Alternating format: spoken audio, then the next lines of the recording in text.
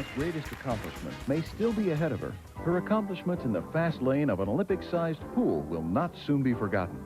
She captured the National Junior Olympic Championship in both the 100 and 200-meter breaststroke in 1979. In 1982, she was National High School Champion in the breaststroke, establishing a record that still stands. Ms. Rhodenbaugh was 5-time Senior National Champion in the breaststroke, a silver medalist at the 1982 World Games, and a gold medalist at the 1983 Pan American Games. In 1984, she won a spot on America's Olympic team in the 200-meter breaststroke. The Oak Hills High graduate continued her championship swimming at the University of Texas. She retired from competition last year after being captain of the U.S. team and gold medalist at the University Games. Ms. Rhodenbaugh is currently a senior, majoring in organizational communications. There she is. Yes. Can you believe we have that kind of caliber coming to our program? We are going to talk to Kim Rhodenbaugh. You did it. Good job. And she's sitting next to her husband, Lewallen, Nolan. Good to have you guys. It's good to be here. And you stayed through the next day. Yeah. Because this is seen the next day. Well, this book is really amazing. I mean, it's actually kind of your life story, right. But then what happens in that journey to all of the awards and the many people that are involved in these Olympic swim meets and who are around you. You don't think of the people closest to you. Right. Could do the most harm to you. Yes. Kim, can I ask you first? Yeah. How did you get so interested in swimming? I mean, So I'm one of 8 kids, and we all swam competitively. I'm 7th at 8, and so by the time I came along, I just followed suit. And I always joke, I'm really glad they put us in the water because I'm really bad on land. You must have been near water then for you to be able to swim all the time. We had a very good program in Cincinnati, Ohio. Oh, okay. Yeah. And so back in the early 60s, they started a swim team there, and my parents were looking for something that would, I guess, keep the kids occupied. And when you have that many kids, it's nice to find something that they can go to and together. Your father was very involved, wasn't he? Mom and Dad. Mom was head of the clerk of course. That's kind of where all the kids come to get their, well, back then they would get an actual card to tell them what lane they were in, what heat. And so she took care of the ready bench where they would sit and line up before they'd go out. And then Dad was the president of our team many, many times. So they were very supportive family. Tell them about their license plates. Yeah. So, and that's in the book. My dad's license plate says Ohio Swimmin', and my mom's license plate says 8 Fish. Oh, that and is it so still cute. says it to That this is day. neat. Mom's 89, Dad's 92. They still have the same license So plates. all of them, all you kids swam then, right? And all very good. 7 out Really? of us 8 kids got some type of college scholarship. I have 2 brothers that just missed making the Olympic team. You're just, So- you That got is the amazing. genes.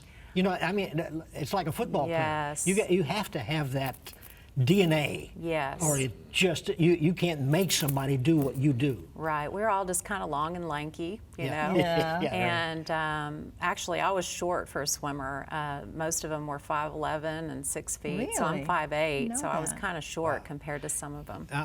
Hey, Brooke, which camera should I hold this for? What's he If you're showing? wondering the couple sitting together, why they're together, there it is. That's their wedding. Oh, Look at that. I think it's right. I wanted to put that on TV. Boy, you guys, where was that held? In Texas? Yes. It was in Texas. Actually, the guy that Nolan was saved back in '78 at an FCA event, and the guy that was preaching at that, he knew what he was like before. He used to be a rodeo guy. And this was at a FCA event at a rodeo, and the guy that was sharing his testimony had changed. I mean, he knew the guy he was before, and then that's where God used that to lead Nolan to the Lord, and so he was the one that married us. So they've been friends all these years. What a and complete circle. He was actually the father of cowboy churches. Jeff Copenhaver started the very first cowboy church, and I've so watched those. So that picture that you saw was in a. They had actually built that. It was a beautiful, just kind of looks like a log church. So Reba, not McIntyre. Reba her sister was part of that too. Yes. Yeah. Yes. And she would be on Susie. the cowboy. Susie, Yes. Susie and they Love know each singer, other. They know each other because they were also part of that. But Jeff And was that the was a one. rodeo family too. Oh, yeah. Yes, yes. Now this, as an Olympic swimmer, you had I kind of alluded to it when I opened, that you talk about in the book sexual abuse statistics, that 1 in 4 girls Yes. and 1 in 6 boys are sexually abused before age 18. Yes. Now, And I'm one of those. And now take us on your journey, and don't worry about leaving anything out or whatever. Okay. Just walk us through it. Sure. Because this was, when I read your book, I go, how on earth did you become so proficient in what you were doing with all of these awards and winning after winning after winning, and you were the top with what was going on? Tell us what was going on. Well, when I was 6 years old, I was sexually abused for the first time by a neighborhood teenager. And then when I was 14 and 16 and 17, I was actually sexually assaulted and raped when I was 16 by swimmers. And they were, one of which was like a brother figure to me. He was on our team in Cincinnati. The other two, I was representing the United States at different international meets, and it happened while I was at these meets. Did you tell anybody? I didn't tell anybody. And a lot of people have asked that, but the statistics show, and I share this in the book, that about a third, especially if you've been sexually abused before the age of 16, Yeah, I've heard that. about a third might come forward. And this is who we know, right? The statistics are based on what they know. A third come forward and get help or tell somebody. A third never tell. And a third, the median age is about 48 years old. And I was 48 when I finally started getting help. Now, I did come out a little bit before that, and I'll get more into that as far as it went into substance abuse and all of that. Yeah, you started drinking. Started drinking when I was about 12. I didn't realize, hindsight's 20/20, but I think really even back then I was trying to escape. But I had blocked out what happened to me when I was 6. And I had blocked out some other things that happened to me in my 20s. And I think I just learned how to put it. I think kids do that. I think it's a self-protective mechanism that just helps them just to keep going. So I just put on my smiley face and kept going. Now I remembered when I was raped when I was 16, that's when my life really started going downhill. I was representing the United States at the World Championships in 1982.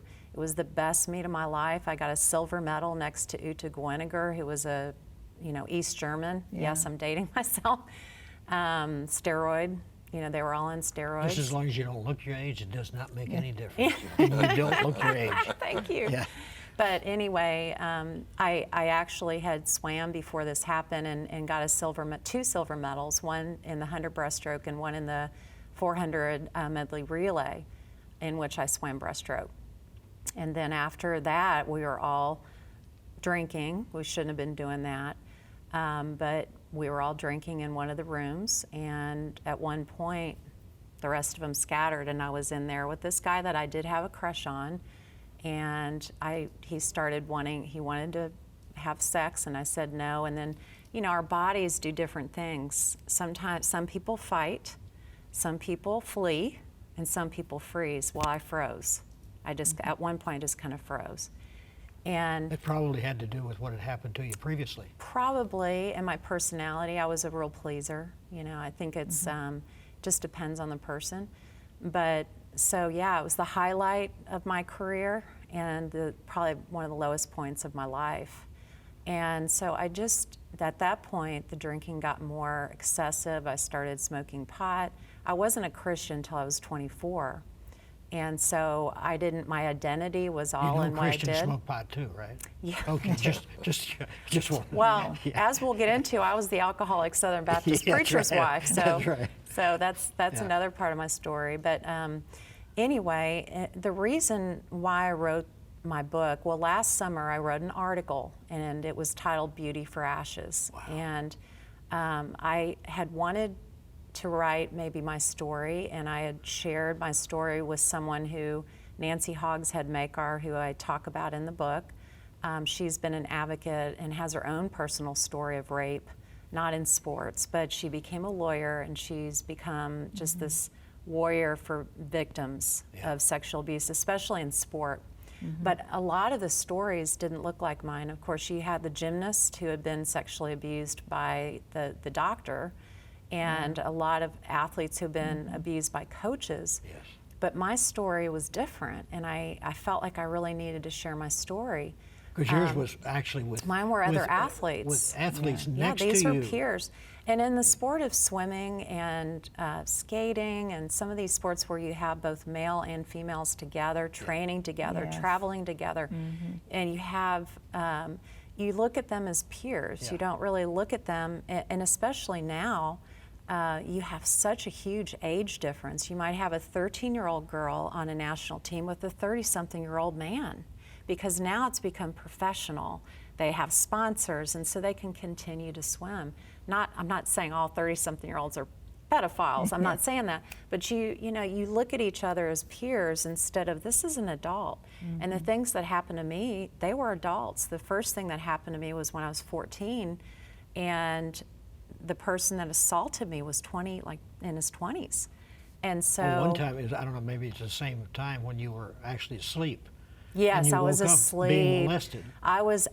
We were in Hawaii. It was my very first international meet, right after the Olympics. I missed the Olympic team in 1980 by 4/100ths of a second. Of course, Jimmy Carter boycotted. We didn't get to go. They still honored a team. And then after that, they took some of the swimmers and went one place, and the others went another place. Well, we got to go to Hawaii, which is like paradise, right? Sure. Wasn't paradise for me. It was the first time I was sexually assaulted by another athlete. I was just sleeping in my room at the University of Hawaii, and he came in, and I woke up to him sexually assaulting me. So about 23%. So now there's something called safe sport. And Nancy Hogshead Makar was really responsible for kind of spearheading that. And safe sport there's a curriculum that any sport under the Olympic or Paralympic movement, so not schools, but anything under the Olympic or Paralympic movement, like USA Swimming, USA Gymnastics, can implement safe sport to teach their kids, teach parents. We've got to teach our kids. But if you've got these guys that are next to you, and they can't be followed all the time, and neither can you have Right. a guard standing next to you. Right. So the guys that do that stuff, that's not their first time. Right. You right. know, when he molested you, he's done that before. Yes. So, Yes. so even if they've got safe stuff, Right. you still are going to have that atmosphere going on. Right. And I lived with a lot of guilt because not now. Jesus has really delivered me out of that. I had a lot of shame. Yeah.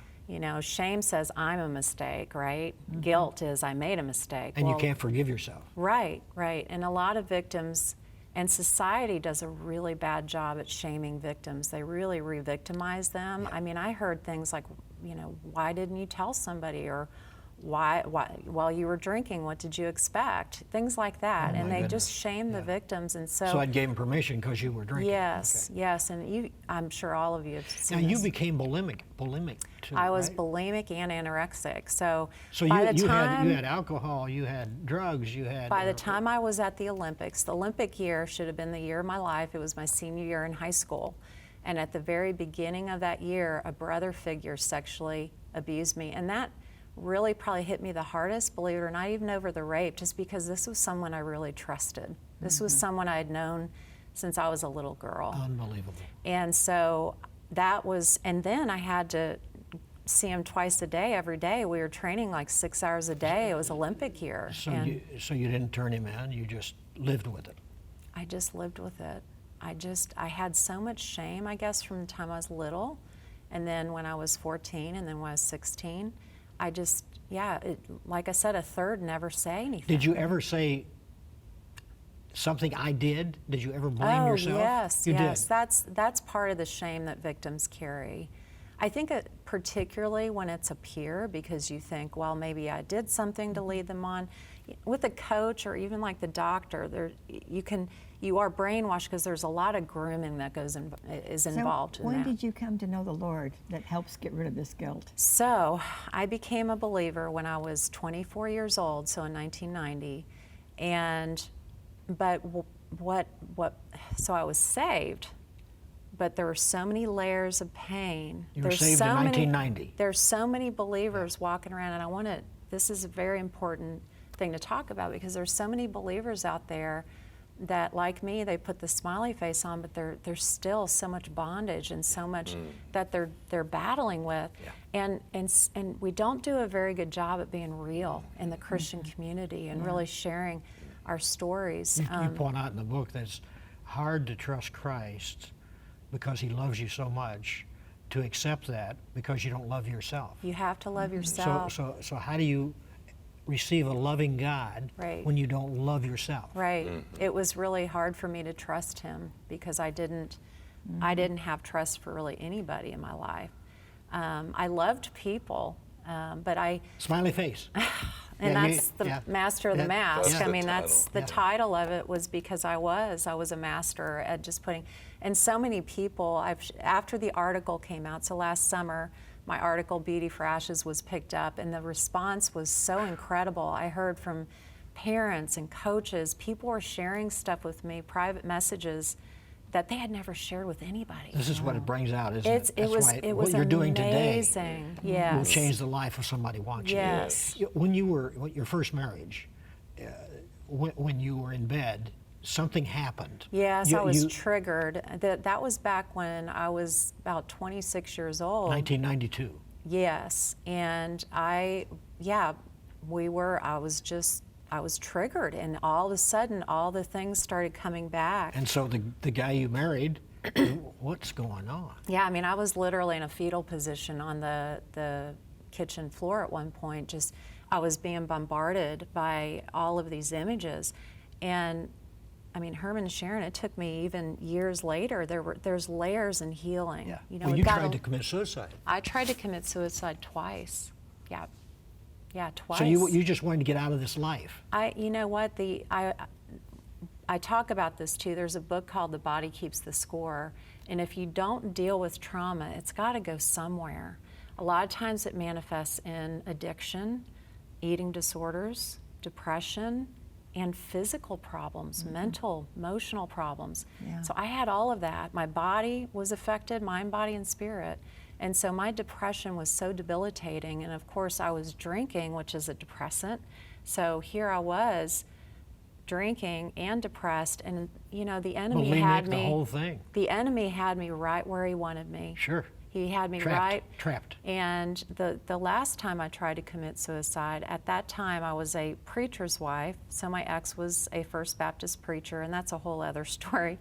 That'll be my next book. Sure. But here I was, the First Baptist preacher's wife in Stephenville, Texas, small town, and I'm still battling all of these things, and not in a good marriage. When did you go to rehab? Well, right after, so in January of 2014, I was in this downward spiral of depression, and all I can tell you is I literally felt like a robot for the enemy. I wanted just to go home. I just wanted the pain to be over. I didn't know how to give that over. Well, the alcohol was keeping me from really being free. And so I tried to commit suicide in January of 2014. When I woke up the next day in the hospital, that's when I realized that I needed help, and I went through rehab. And the more sober I got, the more I realized the hell I had been in. And that was the beginning of my journey. And So you went through a divorce? I went through a divorce, which that's a whole other story. It was not a good It's the marriage. next book. Yeah. Yeah. I mean, I have 3 amazing kids. Yes. I'm so thankful for them, and they've So you two really together, been, how many children? Well, I have 4. She had 3, so there's And we just had a new 7 grandbaby. altogether. Yeah, yeah, so great. 5 Blended grandkids. family. the 5th grandchild. Yeah. But yeah, so so that was the beginning, really, truly the beginning. Because before, when I did go to counseling before, but I would come home and drink because I couldn't handle the memories, couldn't handle them. And so now was the beginning of real freedom and healing. Wow. And so I had to really walk through. I mean, I went through 72 days of rehab. Then I went through Did it intense. actually do anything for you? Yes, I'm sober 6.5 years now. Because you hear about so many stories. Is rehab out 6 months or a year? Well, back to that's, rehab? you know why that is, because insurance only covers like 28 days. And if I hadn't had help from my former mother-in-law and my parents, that's all I would have been able to afford. Yeah. So I stayed That's in for interesting. 72 days, and I really truly believe that most of the time people get out, it's because they're barely detoxed by that point. Sure. Yeah. But the 12-step program is, I mean, it's a faith-based, really, it's a faith-based program. And when I was in rehab, we actually did a Bible study every morning. I started my day. But it took a lot of hard work. So you were divorced in 2014. Then I got Married divorced in yeah, and they tell 2016. you don't make any Yes. big decisions your first year of being sober. I honestly believe I wouldn't be here. You know, the Lord really gave me his blessing. He actually gave me his blessing back in 2001, and without getting into details, but he said, I'll greatly bless you if you stay. Well, what I thought that meant was something totally different. Well, guess what? I would have never wound up in Stephenville, and I would have never met this amazing man had I just chose the blessing back then. I chose the great blessing. Even though that was something different than what I thought, it led me to Stephenville, Texas, and that's where Nolan and I met. Yeah. So he is part of my great blessing. And also that community, when I went through this, was so supportive of me. And so, I mean, I just want to tell people that there is hope, there's freedom. There really is hope, that the Lord wants you to be free. It's for freedom that he set us free. You know what, I'm just, Yeah. I pray it's the Lord, but that camera right there is yours. Oh, okay. Some person, Yes. we've talked about this, but share your heart with Yes. that person that Yes. needs help. Yes, no matter if you've been through sexual abuse or whatever you've been through, all of us go through things in life. The Lord wants you to know that there's freedom, that it's for freedom that he sets you free. He doesn't want you to be in that bondage. He took that on you so you wouldn't have to carry it. He took on our sickness, our shame, and our sin. And so I just want to let you know that if you have gone through sexual abuse, it's not your fault. There's no shame in that. And that the Lord wants you to take off your mask like I had to, and he wants you to just go to him and realize that he wants to take that on himself, which he already did. He did that on the cross. And so I just want to let you know that there is light. You've got to get out of the darkness. Whatever's hidden needs to be revealed so that his light can shine in those dark places. And some other things that I learned was taking captive every thought, because anybody who's been through anything, this is our battleground up here. It's a full-time job. I mean, it says Daily. take every thought. That's minute by minute, and it was amazing, the thoughts. You know. Imagination, casting out imagination. Yes, yes, and the spiritual warfare that Yeah. we're under, you know. And so I had to, I literally believe, because it talks about that in Body Keeps the Score and a lot of other scientific data, that people who've gone through sexual abuse, it literally changes their chemistry. But I believe with the Word of God, that He transforms our mind. He transforms it. I literally believe that that means He rewires the brain. Yes, yes. New creature, old Yes. things Yeah. passed away. Yes. So it gives, it really, the Word of God started coming alive in new ways for me when I really started just, and it's a lot of work when you've gone through things like that. You can't, and when you slip, you don't stay there. You don't stay That's- there, that's you what don't you're stay in talking about. shame. That's what you you're don't- talking about. Get up. Yes, yeah, you don't stay, and really knowing who you are in Christ, I had to really, really cling to those verses of that I was His child, you know, that He loves me, and as slowly as the layers, and it's the sanctification process. Peeling an onion. Yes, it's like Lazarus, you know, the grave clothes are coming off, Yeah. and so I know that there's still parts of my healing, but when I wrote the article last summer, it was like God's like, okay, now it's time. It's time. And that's where this book was birthed, because the response was just incredible. And I like, wonderful. for you that are watching, this is really a manual, because she Yes. points out that you have to be aware. What happens is we become complacent, and all these people around we know and everything, and we forget that if we are alone with that person and all the others left, you've got to be aware that something could Yes. happen. Yes. So that's where you drop your guard. That's right. Because familiarity causes that guard to drop. Well, And this is a great manual. Yeah, about 90, as far as children, I think it's about 93% of the children who are sexually abused. And by the way, about every 9 minutes, a child is sexually abused. Oh, my. But about 93% of them know their abuser. And so when I wrote this book, I You have really... all the resources, I everything. do have the resources, but I know when I wrote this book, I felt led to write it in 3 parts. The first part, my story. Second part, my healing journey. The last part's a call to action. So it's Yeah. really good information for parents and teams. It And sure is.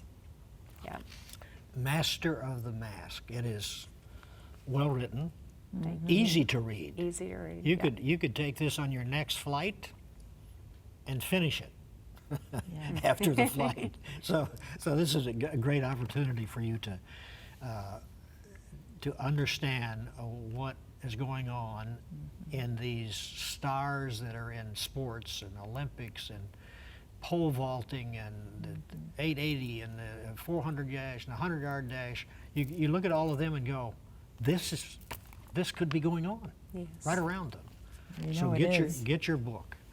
But this is the greatest book of all. At least 2 chapters today. Would you do that? God bless you. Bye-bye.